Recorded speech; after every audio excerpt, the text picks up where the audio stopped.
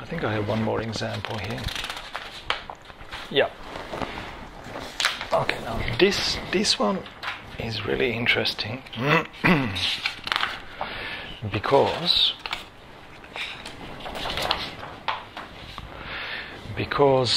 this is the front view and presents exactly the same problem we had, which was in the back view.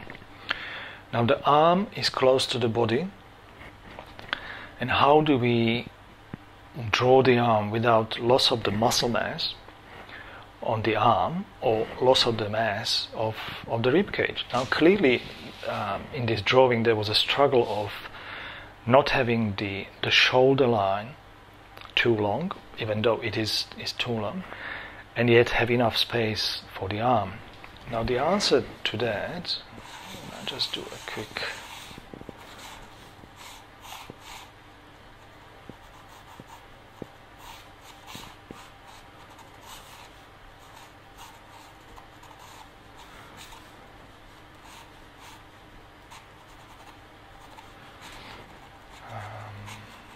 so we have the neck, which would bulge slightly in this position. We have the sternocleidomastoids just there coming together, and this is one of the shoulders, which needs to be actually a little bit longer, and then this one here doesn't have to go that long at all. We have the clavicles here positioned quite accurately,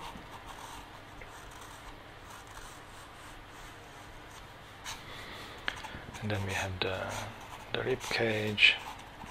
It comes down somewhere there.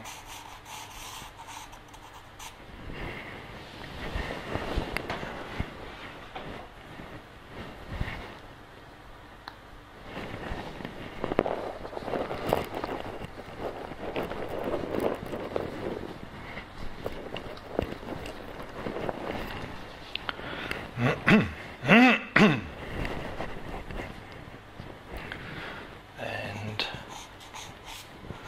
the other side of the rib cage. Now also what happens in this drawing, and it's not quite visible from the drawing on the left, but the body is actually hunched forward, so the head would be somewhere there, neck comes down, rib cage, pelvis, and that would be to accommodate the space for the thigh here.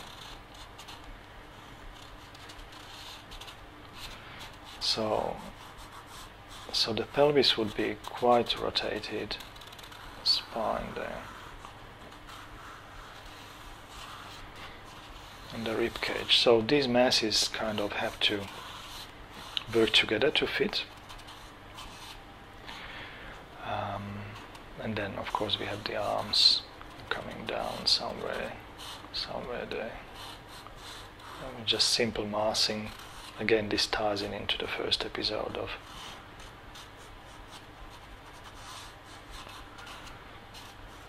the Common Mistake series.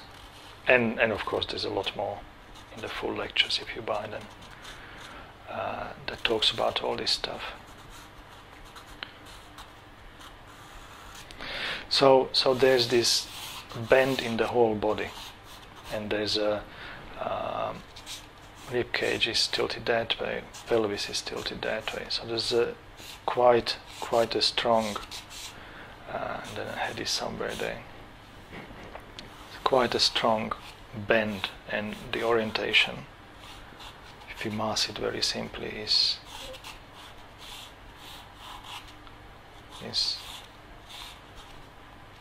quite chopped up. So anyway, but back to this drawing. So now in this view, we know that that's roughly where the rib cage is now. A rib cage as a semi-bony structure doesn't compress too much.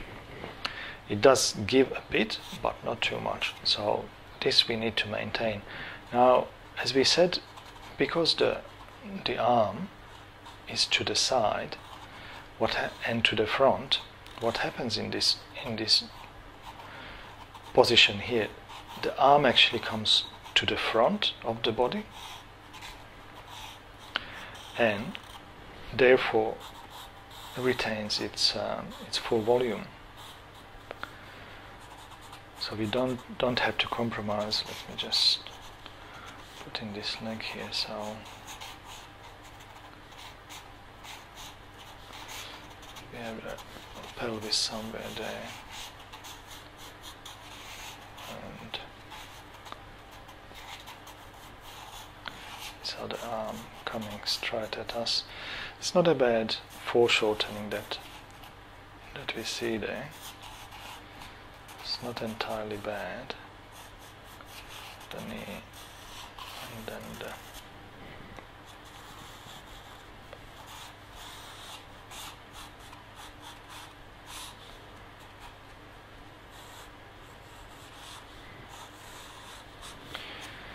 okay. So what's happening here is we have the lower leg comes somewhere there, the knee and the upper leg somewhere there. Now this arm, like I said, retains its volume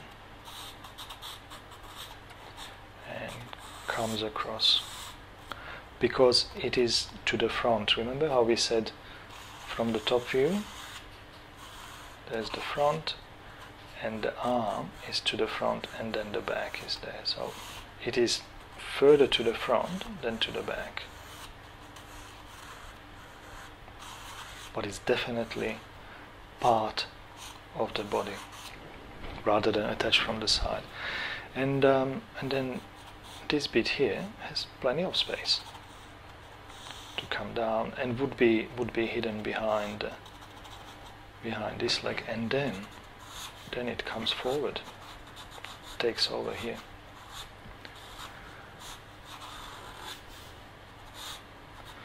And I'm not quite sure how those hands are. This is probably just resting here. And then the other one is resting even on top of that. Somewhere underneath that is the foot. Anyway, but the point here is that the shoulder doesn't need to be too long because the hands, the arms do fit. It's the matter of placing them behind or in front of the rib cage. Hope you enjoyed this quick episode, the second episode in the series of common mistakes. Hope you found it helpful, and I'll see you with the next one.